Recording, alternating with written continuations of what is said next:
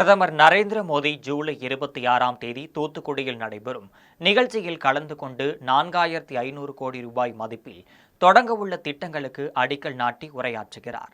இதனைத் தொடர்ந்து மறுநாள் 27ஆம் தேதி அரியலூர் மாவட்டம் கங்கை கொண்ட சோழபுரம் கோவிலில் நடைபெறும் நிகழ்ச்சியில் கலந்து கொள்கிறார். இந்த பின்னணியில் பரபரப்பான அரசியல் செய்திகள் இருக்கின்றன. அது என்ன என்பதை பற்றி விரிவாக இந்த செய்தி தொகுப்பில் பார்க்கலாம்.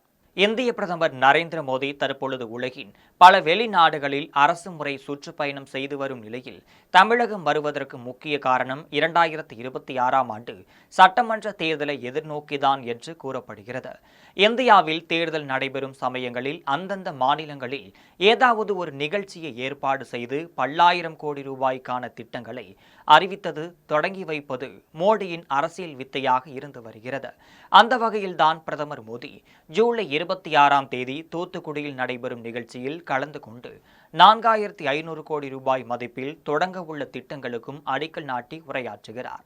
இதனைத் தொடர்ந்து மறுநாள் 27ஆம் தேதி அரியலூர் மாவட்டம் கங்கை கொண்ட சோழபுரம் கோவிலில் நடைபெறும் நிகழ்ச்சியில் கலந்து கொள்கிறார்.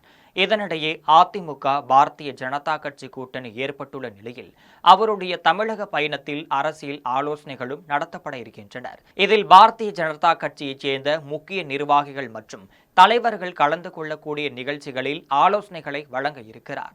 இது மட்டுமல்லாமல் அதிமுக பொதுச் செயலாளர் எடப்பாடி பழனிசாமியையும் பிரதமர் மோடி சந்தித்து தேர்தல் குறித்து ஆலோசனை நடத்த உள்ளார். அப்போது தமிழக தேர்தல் நிலவரம் குறித்து பிரதமர் மோடி வசம் ஒரு ரகசிய தேர்தல் அறிக்கை அளிக்கப்பட்டிருக்கிறது.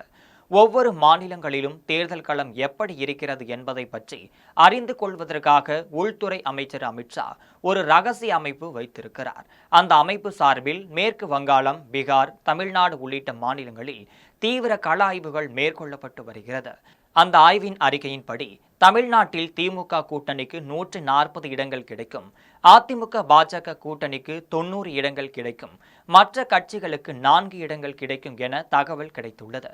இந்த ரிப்போர்ட் பிரதமர் மோடியை அதிர்ச்சியடைய செய்திருக்கிறது.